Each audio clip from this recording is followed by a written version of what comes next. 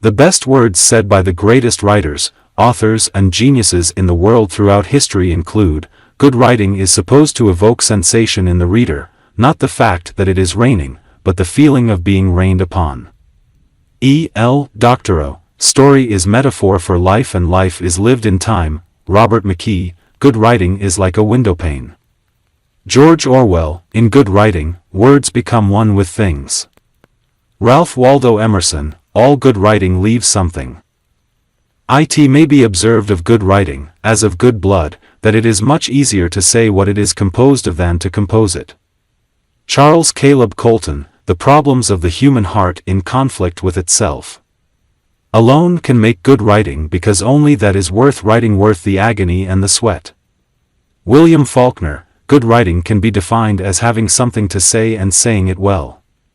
When one has nothing to say, one should remain silent. Silence is always beautiful at such tea. You do an awful lot of bad writing in order to do any good writing. Incredibly bad. I think it would be very interesting to make a collection of some of the worst writing by good writers." William S. Burroughs, "By the time I am nearing the end of a story, the first part will have been reread and altered and corrected at least 150 times. I am suspicious of both facility and speed. Good writing is essentially rewriting. I am positive of this."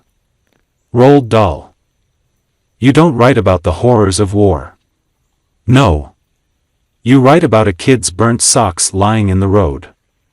Richard Price, "A good novel tells us the truth about its hero, but a bad novel tells us the truth about its author."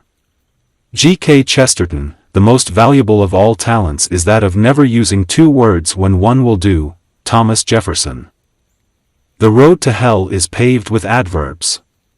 Stephen King, "Write quickly and you will never write well, and you will soon write quickly."